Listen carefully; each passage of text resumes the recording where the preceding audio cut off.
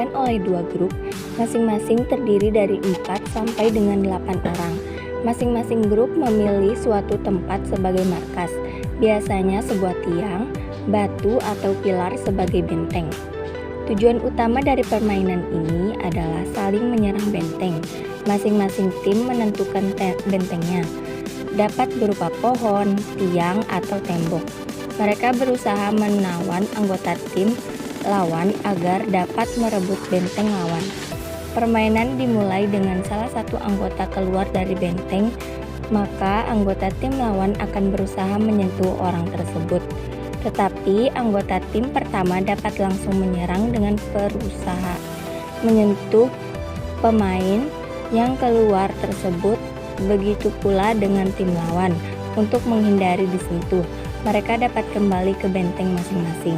B. Cara memainkan permainan benteng-bentengan. Untuk dapat memainkan permainan tradisional ini sangat gampang. Ada beberapa hal yang harus dipenuhi dan diperhatikan. 1. Area bermain.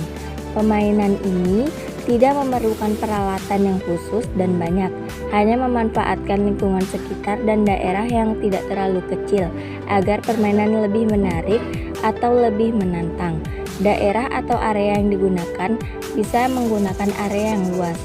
Perbentengan dapat dilakukan di mana saja, baik di luar ruangan seperti pantai, tanah, lapangan, halaman, dan berbagai tempat terbuka lainnya. Bahkan di dalam ruangan, perbentengan dapat dilakukan, hanya ruangan harus luas.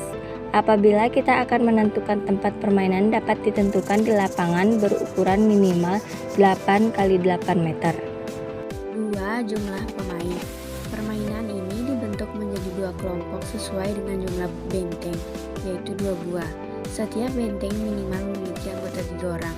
Jumlah anggota dari kedua benteng harus sama. Jika belum sama, permainan tidak bisa dilanjutkan. Untuk batas maksimal, jumlah pemain bisa disepakati oleh kedua belah pihak.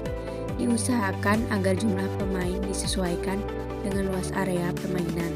Ideal dari jumlah pemain dalam permainan ini adalah 7-8 orang. 3. Fungsi benteng. Sesuai dengan nama permainannya, yaitu benteng-bentengan. Jadi, harus ada yang namanya sebuah benteng. Dalam menentukan sebuah benteng, kita bisa menggunakan lingkungan tempat bermain. Benteng-bentengan hanya memerlukan 2 benteng saja. Permainan tidak akan bisa dimainkan jika membuat benteng lebih dari 2. Benteng bisa ditentukan dengan sebuah tiang, pohon, atau yang lainnya, asalkan berupa batangan yang berdiri kokoh. Ini bertujuan agar benteng tersebut bisa dipegang oleh semua anggota dari berbagai arah. Dan posisi dari setiap benteng harus saling berhadapan dengan jarak minimal 10 meter. Dalam permainan benteng ini, pohon atau tiang tidak saja berfungsi sebagai markas, ia juga berguna untuk memperbarui kekuatan pemain agar dapat menangkap lawan yang berada di luar bentengnya lebih lama. Jika pemain dapat menangkap lawan tersebut sebelum menyentuh pohon atau tiang bentengnya, maka lawan yang tertangkap itu dijadikan tahanan. Waktu permainan. Untuk memainkan permainan ini tidak diperlukan waktu yang khusus. Artinya berakhirnya permainan ini tidak ditentukan oleh waktu, melainkan dalam satu set permainan ini ditentukan ketika salah satu regu dapat menyentuh benteng lawan. Permainan ini akan tetap dilakukan sampai terjadi perselisihan skor antara kedua tim. Skor yang diinginkan juga tidak terbatas, tergantung kesepakatan kedua tim saat itu. 5. Penentu kalah menang. Permainan benteng-bentengan ini agar dapat merebut benteng lawan adalah dengan menangkap anggota benteng. Ketika semua anggota atau penjaga benteng sudah habis, kita bisa merebut benteng dengan menyentuh benteng tersebut. Intinya, jika kita sudah menyentuh benteng lawan, meskipun dengan tidak menangkap penjaga benteng, berarti tim yang dapat menyentuh benteng menjadi pemenangnya. 6. Aturan permainan. Untuk dapat menentukan siapa yang tertangkap ketika disentuh adalah siapa yang lebih awal keluar dari benteng.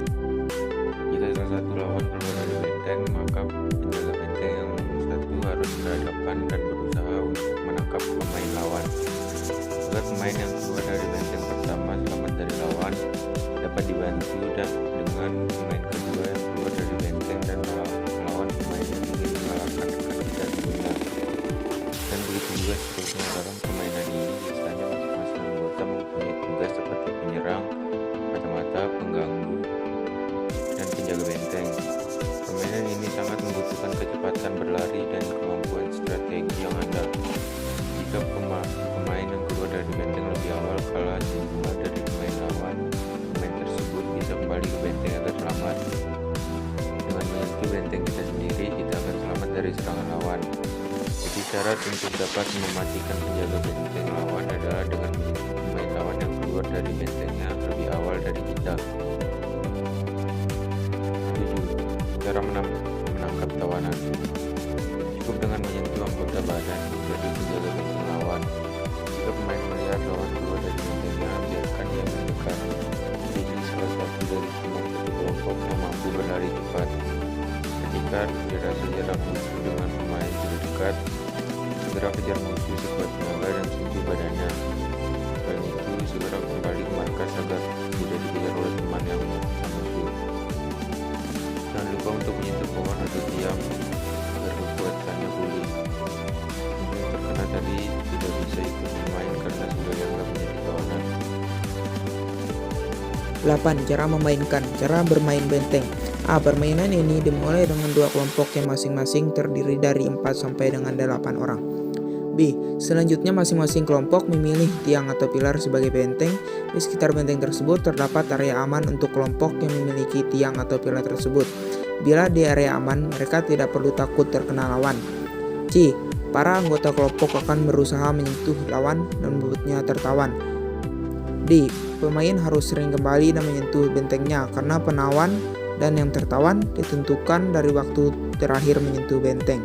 E. Orang yang paling dekat waktunya menyentuh benteng berhak menjadi penawan. Mereka bisa mengejar dan menyentuh anggota lawan untuk menjadikan tawanan. F. Pemenangnya adalah kelompok yang dapat menyentuh tiang atau pilar lawan dan meneriakkan kata benteng. 9. Manfaat permainan.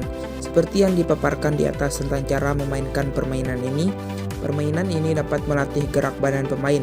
Bagaimana kita bergerak lincah agar tidak dapat tersentuh oleh lawan, untuk melatih stamina, menumbuhkan kerjasama di antara teman, memupuk jiwa sportivitas yang tinggi untuk mengakui kekalahan, dan meningkatkan kesegaran jasmani.